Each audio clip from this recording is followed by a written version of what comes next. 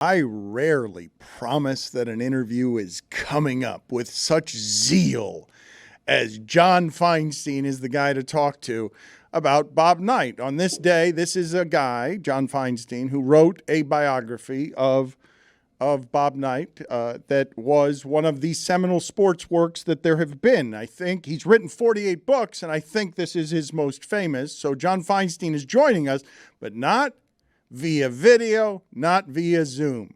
He is old-timey. It's an old-timey call from the road. John Feinstein is with us, the author of Season on the Brink. Chris Cody, the floor is yours. It's the legendary John Feinstein. You think he's going to pull punches in this interview. I'm saying he will not. He's always told it like it is. The floor is yours, Chris Cody. John, was this guy racist? No, he wasn't racist, Chris. He liked to make jokes about blacks, Jews, women, Hispanics. If he knew, it was always to people he knew. It was to former players. It was to people like me. It was to women. He always wanted to shock, and he had very little to do with disliking blacks or Jews. Maybe it had something to do with disliking women. He was certainly a misogynist. But he that was Bob. You should read it. If you think I'm going to pull punches, Chris, you should read the column I wrote in the Washington Post today, which normally would have been called an appreciation for someone who's just passed away, but that would have been inaccurate. This is one of the things. We'll always be grateful to Bob. This is one of the things that is. Giving me the access he did. Forgive me, I interrupted you a couple of times. He gave you access to write the. I'm not going to say the book that launched your career, but certainly turned you into somebody who could spend the rest of his career writing close to 50 books. Right, it launched my career as an author. I was already at the Washington Post, but it was my first book. So you're absolutely right about that. So how do you correctly eulogize him as somebody who was impacted by his life and wrote about him prodigiously and honestly? Because I think we learned the dirty side of Bob Knight because you were reporting inside the belly of the beast on somebody who it might have seemed, John, I don't know if, I don't want to medically diagnose him, but he certainly had an anger problem at the very least. No question. I mean, yes, he did, but it's larger. I'm not a psychiatrist, obviously, but Bob always had to have the last word, regardless of the issue, with referees, with other players on his team or on the other team. Sometimes he hated Scott Skiles, who was a great player in college, and with administrators, with his bosses, who eventually fired him. On Miles Brand, the president of Indiana, fired him. So long after Miles Brand was dead, he refused to come back for Indiana's 40th anniversary of their undefeated 76 team because he was still proving to Miles Brand that he was tougher than he was. He was, because Miles Brand had died 7 years earlier. So as I said, I'm always grateful for the access Bob gave me. He also spent 8 years attacking me for the book after it came out because he said I was supposed to leave his profanity out, which is one of the most ridiculous things I've ever heard. We had discussed that he knew his profanity. Only a small percentage of it was going to be in the book because if I left it all in, I'd still be writing. Had an impulse control problem as well, right? So what is the proper way, John Feinstein? Yeah. What is the proper way, okay, to be respectful to the dead, to understand what this man meant to a region of our country, but to also go through him being an egomaniac who was drunk with power at the height of making coaches into star leaders who, Nick Saban 50 years before Nick Saban. He was a bully, Dan. I saw him bully people often. He was a pathological liar, and if you know the definition of that, it means you believe your lies. When he said I had told him I would leave the profanity out of the book, I think he honestly believed that. And but he was one of the great college coaches of all time, based on his record. And as I said at the end of the column, he touched, the old cliche about how many lives he's touched. He touched a lot of lives, and a majority were for the positive, for the good. Me being one, even though he spent 8 years attacking me. But he also touched a lot of lives not for good. People who he did bully, people who he turned against. There's an anecdote, again in the column, which I had not written before, because Jim Cruz asked me not to write it while Knight was alive, in which Knight had seen Calbert Cheaney in high school and didn't think he was any good, and told his coaches to not recruit him. And so they backed off, and Calbert Cheaney, who was from Evansville, committed to Evansville, where Cruz was coaching. Knight then saw Cheaney in a summer camp and said, "Why aren't we recruiting this kid?" The coaches said, "Because you told us not to." And he said, "Well, why don't you give him a call and see if he'd be interested in Indiana?" Well, what do you think a kid from Indiana is going to say to that?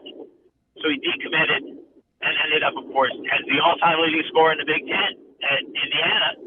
And Cruz, having lost someone who arguably would have been the greatest player in Evansville history, called Knight and said, "If another coach did that to me, you would never forgive him."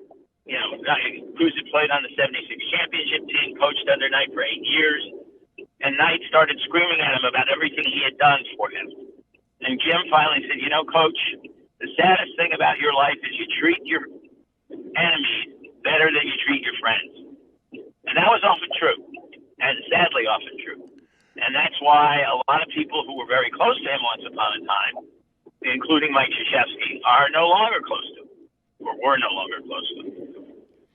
Can you explain from inside the belly of the beast? A hungry John Feinstein gets to the top of sports writing by doing this book with this access. What does it then feel like the 8 years after that to have this intimate an experience where I am certain that John Feinstein, legendary journalist, trying to be fair, trying to be reasonable, trying to be objective, just did a journalistic book with a man who probably didn't have an appreciation at all for the journalism in it. You embed yourself in his life, and for 8 years he attacks you when you dedicated your life to writing a complete look at this man's life. Where did you betray him? What was he seeing in you in the personal of the relationship? And how did it feel to be, I imagine, hurt by that, even though you're trying to be just a professional? Yeah, it didn't hurt as much as you might think, Dan, because I knew he was going to find something not to like about the book. That's who Bob Knight was. He was never going to call me up and say, "Gosh, John, you did a great job with a difficult subject." He was going to find something not to like. I was surprised that it was his profanity, because it's not like he ever tried to hide it from anyone. But I wasn't surprised by it. And I knew what he was saying about me wasn't true. That was the other thing that made it easier to deal with for me. But I understood that this was part of who Bob was. And I was able to handle it. Sure, it was disappointing. I actually wrote him a letter after he first started attacking me publicly. Actually, privately. I wrote him before that, and I said, "Bob, you and I discussed the fact that for this book to have credibility, it had to be true. It had to be honest. If I wrote a book about you and acted as if you never used profanity, people would just say, Knight gave Feinstein access, and he wrote him a love letter." So I will say this, it was gratifying when he decided to, quote unquote, forgive me 8 years later. I was in Hawaii covering the Maui Classic. Indiana was playing, and so was Maryland. And I was with Gary Williams. And out of the blue, Knight stopped us in the lobby and started acting as if we had never had any kind of falling out. Started asking me about my son, who was just been born a few months earlier, things like that. And so I was happy when he talked to me, but Gary said to me, "After all the names he's called you, why would you even speak to him?" And I said, "Because he built my house." I've had all sorts of different emotions about Bob. When I did my book on Red Auerbach, he loved Red. He talked to me on the phone for 2 hours about Red. And I said to him at the end, "Listen, I know you did this for Red, but I'm grateful that you did it." And he said, I was happy to do it. I'd do anything for Red, and it was, including even talking to me. I have to get out of here, but in 2 minutes or less, John Feinstein, what do you do, even though you're not a psychologist or his therapist? You did embed yourself in his life. How do you explain the roots of pathological liar? Well, I think you'd have to go back to the book because, again, the kind of access he gave me, I went and talked to his mom. I talked to his high school coaches, people like that. It started when he was a kid. He was an only child. He was basically raised by his mom and his grandmother because his father was deaf and he couldn't really communicate with him on a regular basis. He was the star athlete in Orrville, Ohio, and then went to Ohio State and almost never got to play. And he never completely got over that. And I think he spent the rest of his life trying to be a bigger star than Jerry Lucas, John Havlicek, and Mel Knoll, who were his teammates on the national championship team. John, thank you for being on with us, sir. And if people have not seen A Season on the Brink, go ahead, John, on your way out. Rat-a-tat-tat. Name all the sports books better than that one. My book on Army-Navy. All right, get out of here, Civil John. War. No punches held. Thank you for your service. See you later, John. All right, Dan. Take care. Oh, my God, did I get filled with longing during that? It felt like 1980s AM radio. Ambient noise. The good old days. Yeah. On a coupler. Roy, thank you. Did you get nostalgic? Do you I remember did. when Big Bob Knight came to play Final Four type basketball in Miami that one year, and I greeted him with a column just ripping him?